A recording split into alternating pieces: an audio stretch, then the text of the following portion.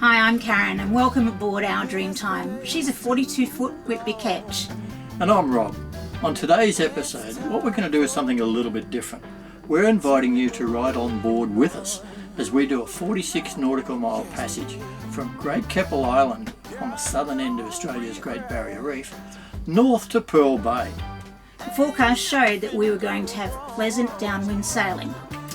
Well, You can't trust those weather guys, that's for sure. Hey, ride along with us as we experience our first ever knockdown when we were least expecting it.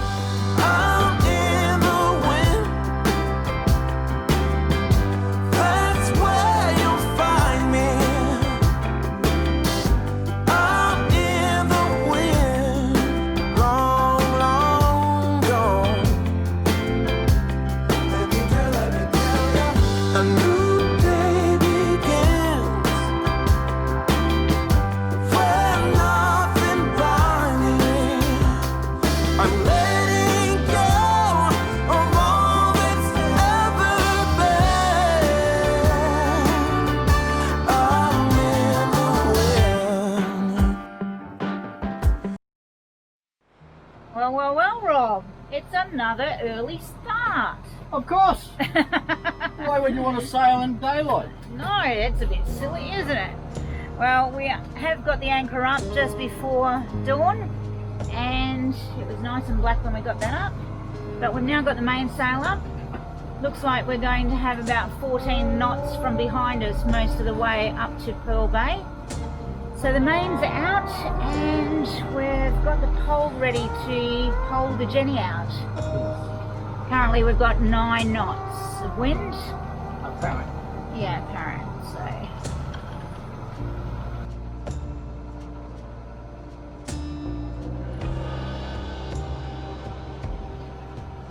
Rob's just gone forward and she's raised the pole. So the Jenny sheet is already within the pole. So when we bring out the Yankee, she really is a Yankee, she's not so much of a Genoa, she's more high cut than what a Genoa is.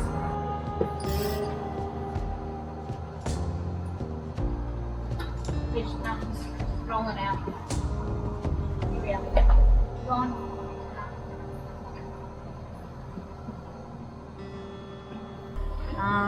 We just don't have enough wind to be pushing us through these big swells. So at the moment we're going to have to keep the engine on, yeah. Just to help push through. Charges the batteries as well. And hot water for when we finally get in. 2 hours later. Yay! Maybe a haircut.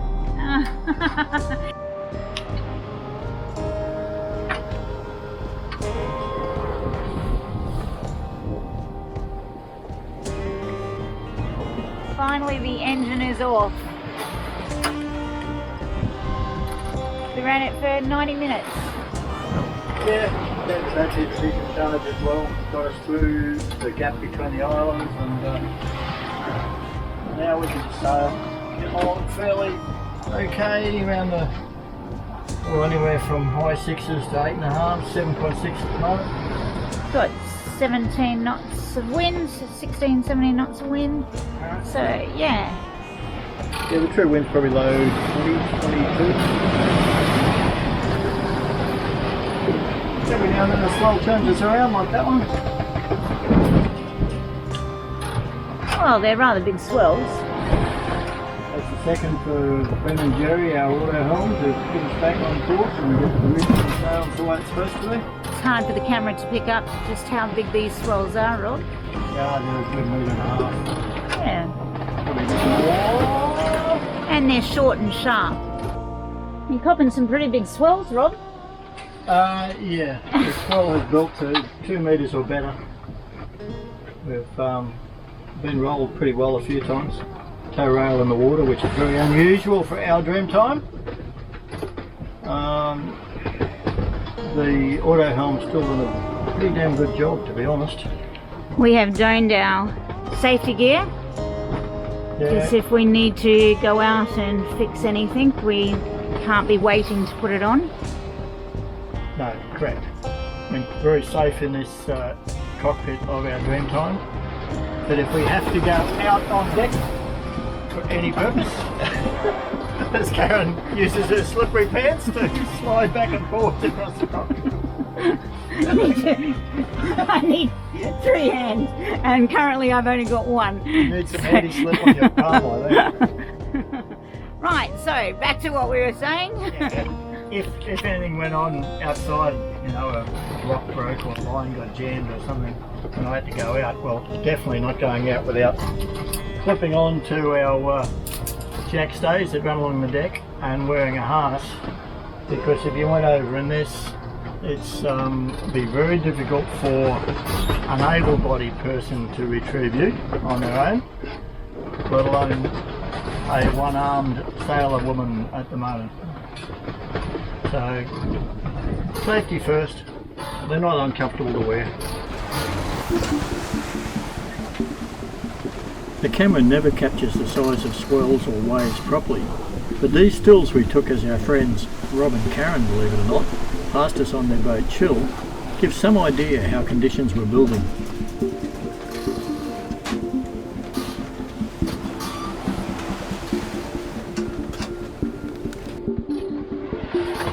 We've just taken a whopper wave over the side of the boat. We just were screwed right around. We've actually broken the mounts that our sups are on. So one of our stand-up paddle boards has been totally washed away. It's a bit rough. Yeah, Rob's had to go on and hand steer, because we certainly don't have enough confidence in our autopilot at the moment.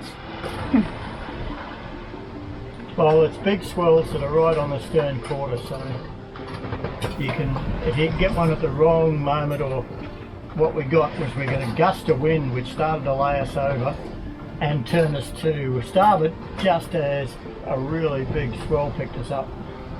So we kind of slid sideways down it.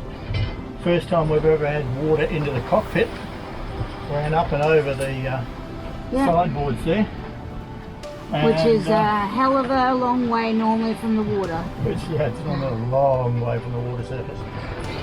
So it's a spirited sail today. I don't think we'll be going to Pearl Bay, because if there's this much swell, Pearl Bay will be a dog of an anchorage.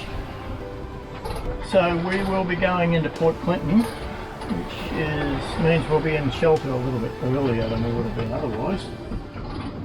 And we also know that we can get a nice peaceful night's sleep. The weather is supposed to ease, the swell's supposed to ease tomorrow, and the wind. Yes, this isn't what it was predicted to be, so... No, it was supposed to be quite a moderate sort of 1.1, 1.3, you know, sort of swell by this afternoon. But instead we've had easy 2.5 at times. They're the ones that have been giving us some fun and games. Yeah, they've even been picking up the dinghy at the back. Yeah, the dinghy is in the davits, high above the water, but she's had waves floating her up and bashing her into the top of the davits. So it's time to get our Dreamtime to safety, into a good sheltered spot.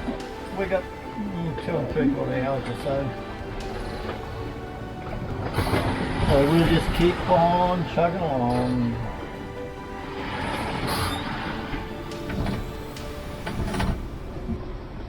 I'm hoping that's not squally weather ahead, because that's a long way off. yeah, we don't need.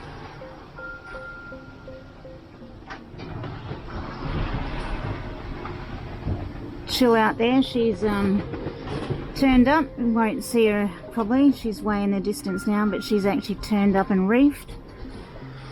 We still need all of our sail up, so we will just be working with what we have here.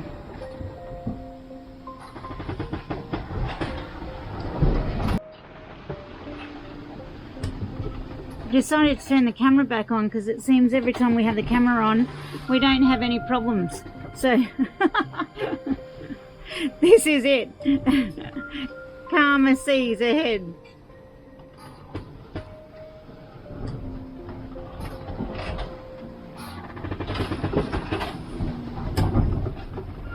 We have an island off our port side, which we obviously have to miss. And then in the far seems so long away, doesn't it, Rob? There's a headland that we have to go around, and that will be Port Clinton. And we have squally, rainy weather building on the horizon. Yeah. Something else for us to deal with today. Hard day at the office, this.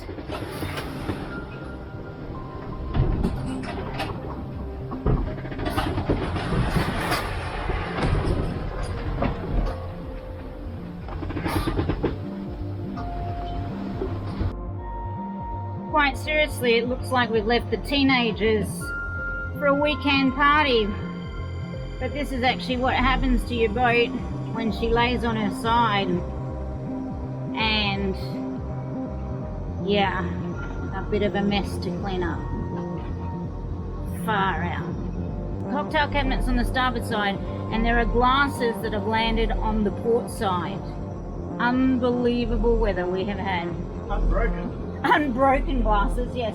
Thank goodness, because I may need them for my G&T when we get in. Just saying.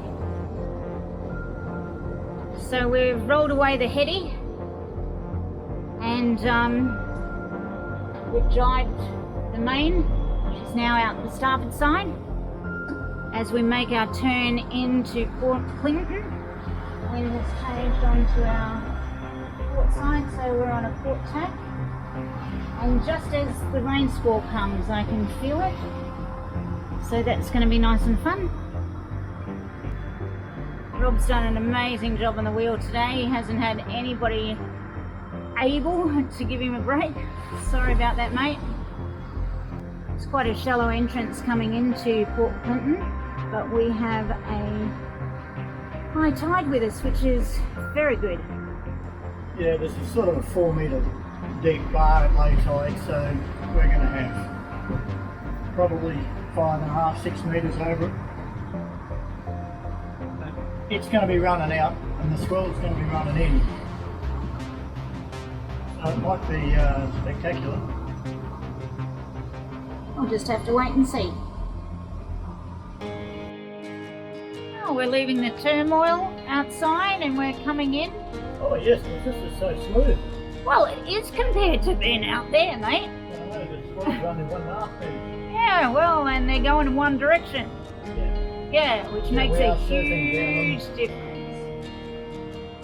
And we've got protection from the wind, which is pretty darn good because we've had 30, 35 knots with a nice big sea, confused sea. That's been the hard bit, hasn't it? That confused sea.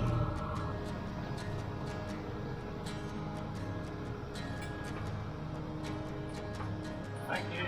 It's smooth. It is. It looks smooth in a camera, always.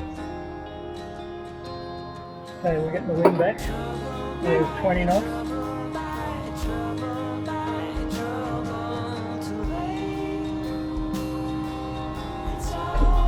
20 knots to 3 knots.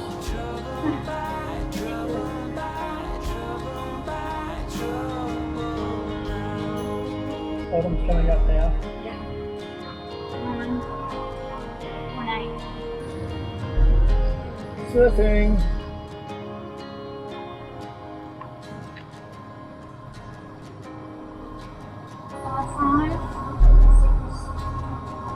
Going back up. 7.2, 7.3, 8.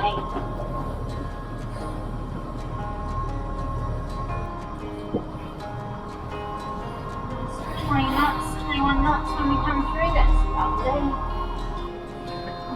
You right with it, Ben? Yeah. Want me to ease it in? No.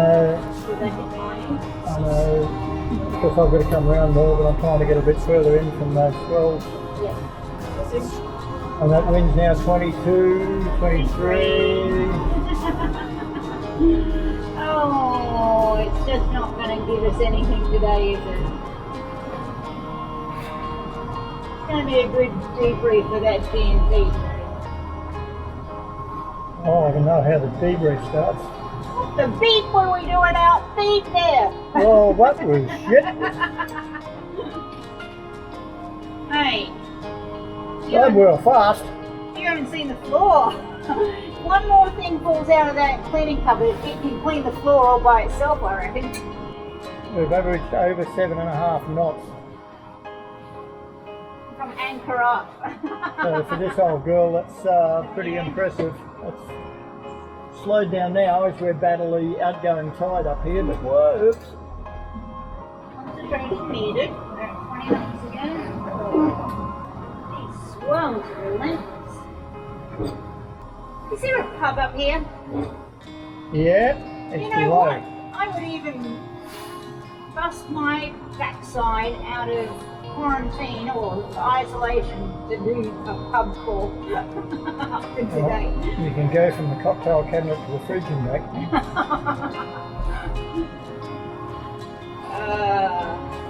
Well, I don't even have to go to the cocktail cabinet. It's all over on the couch ready for me to sit there.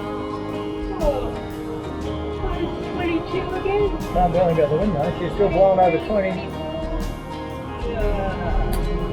Really?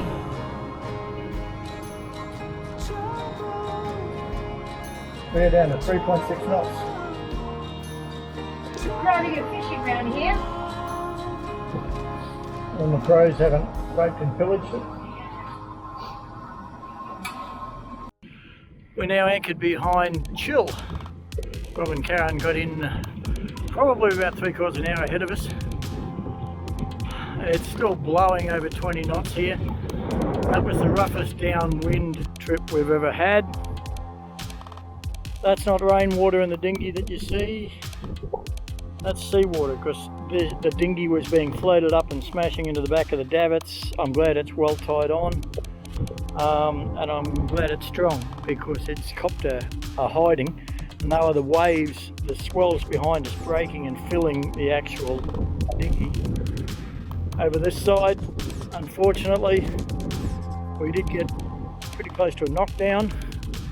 And there's the mount for one of our stand-up paddleboards that we no longer own. It's floating out somewhere between here and Yeppoon. And we are an extremely high dry boat, and we're so far over the water came into the cockpit. That's how far laid over we got on one of the rolls from the big swells and gust of wind. The gusts were coming through as high as 30 plus, we know that. So it wasn't quite the weather that was forecast, and it wasn't quite the trip that we had planned. And Karen's just finishing off the cleanup down below. Cleanup? I don't think I've really even started. Well, I can see the floor now. I'm finding screws everywhere, so things have popped out. The cocktail cabinet burst open and glasses, serious glasses actually flew across and have landed over here onto the other couch. Now, How we didn't break a glass, I cannot. So it wasn't just the metal ones? No, it was not just the metal ones. This one here, your glass flew across the cabin and has landed over there. Yeah, she was a bit wild and woolly. The garbage bin flew open, of course, and we have shit everywhere. Anyway, life goes on board our Dreamtime as I clean up another eggshell. But we're anchored up, safe and secure. Sick of the wind, but it is what it is. Great Keppel Island to Port Clinton, 46.5 nautical miles. It took us 6 hours 30 minutes.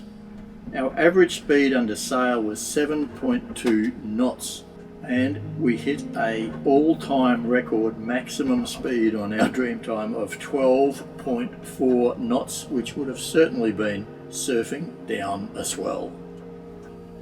Cheers, mate.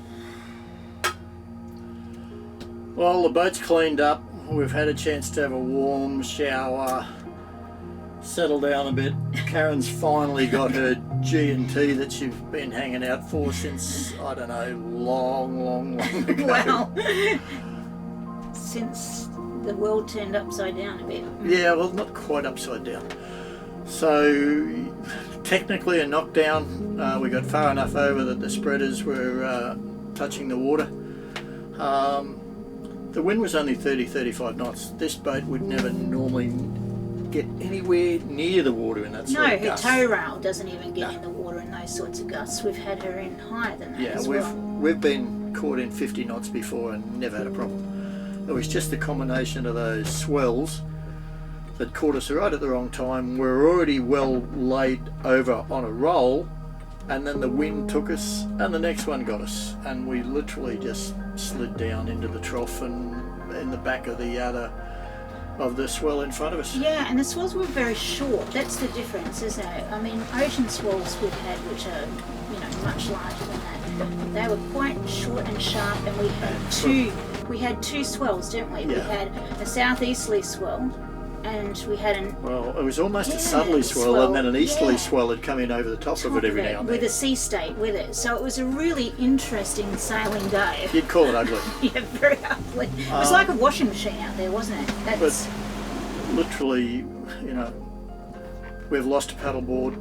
Other than that, our Dreamtime's fine. Yeah. She's a rock solid boat. She's a blue water boat, big long keel, very heavy, designed for those conditions. And well, normally we wouldn't have a problem sailing in those at all.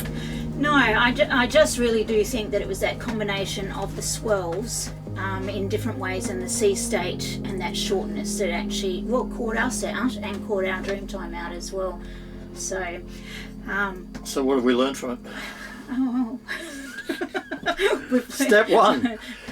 Yeah. Take notice of the weather forecast, but don't trust them implicitly. We've always known that, but this one kind of caught us out pretty well. As we've said, even the winds that we had were really quite, you know, good for our Dreamtime. We still had sail up. We had our main up full. Well, we still had a full main and only a small reef in the headsail, because with that sloppy swell, if we depowered any more, the swell would have taken over. We wouldn't have had any drive to go through them. Yeah. So we needed that amount of sail up. And in those conditions, normally we don't reef this boat until over 20. That's the normal thing. She is big and heavy, as I say, and she just loves it. But we got caught out this time. We did. We would certainly be aware of those swell conditions. Again, yeah. We didn't have the mizzen up.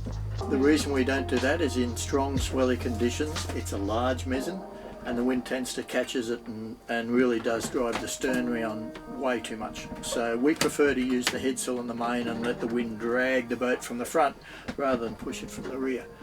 So I think that was a good thing we didn't have it up. Otherwise we could have been in all sorts of trouble. Yeah, I think we would have had more trouble if we did have the mizzen up. We do know that she overdrives the boat, so that was good.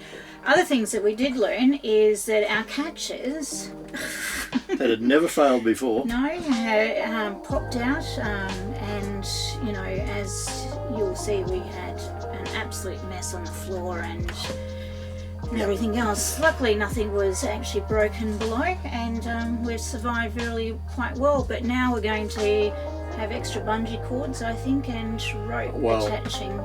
Until we can look at upgrading all and even putting like a barrel bolt on the outside of something like this, a cocktail cabinet locker. Our rubbish bin drawer, we normally have a rope across anyway, by string, just mousing line. We got caught out, we didn't put that one on. But what we've now done is gone through and identified, and we're putting those mousing lines on every locker that we can, just to make sure that everything stays where it's supposed to if we get into any sort of conditions like that again. But in the meantime, the big story is this boat, she's beautiful. I mean, she performs so much better than her crew most of the time. She's definitely stronger than the crew. The humans were the ones that were a bit rattled, I think. But I mean, things we did right. We had our PFDs on in those conditions. Life jackets were needed. We were harnessed on. When we were knocked down, I was standing at the helm hand steering, and it would have been very easy to end up out of the boat. I never believed it possible with this high, dry centre cockpit design of the Whitby 42. Thanks Ted Brewer, the designer. but quite seriously, I was looking vertically down at the water, hanging onto the wheel for grim death with my leg up, and very pleased that we'd taken those precautions. Karen hanging on with right arm and reached out with not such a good shoulder to make sure one husband wasn't going over. Reflex, I wasn't going to be able to hold him anyway. reflex action. She thinks, I'll just hold Rob, who's like, 90 kilo and about to drop out the side of the boat. No, it was never going to work that instant. No. A bit of a sore shoulder again, but it will recover. It will be fine. So, as we said at the beginning in the intro, a little bit different this episode. Yes. Not about the highlights and good places we've travelled or anything like that. And the great catch that we get, and we didn't even have the rods out. Never tried for a fish. No. We ended up not making it to Pearl Bay. We ran into our plan B. We always like to have a plan B port, Yes. bolt hole, anchorage, somewhere to go if things change while we're underway. If the weather does change, we need to know that we've got options. And Port Clinton was that option, wasn't it? Yep. And yes, here we are anchored up in not the nicest wind, but it's flat as a tack. It really is. It's very well protected from every direction. We'll sit here until it looks like probably 3 days, till the weather improves. We can head further north, maybe up to Hunter Island, and from there, who knows, we'll just move further north into more of the Great Barrier Reef Islands. Let's hope we get some really good weather to get to Percy. I'd love to get out to Percy again. Yeah, Middle Percy Island is one of the meccas of Australian cruising. So we can hope you can join us then on subsequent episodes. Now, if you do like this episode, please give us a thumbs up.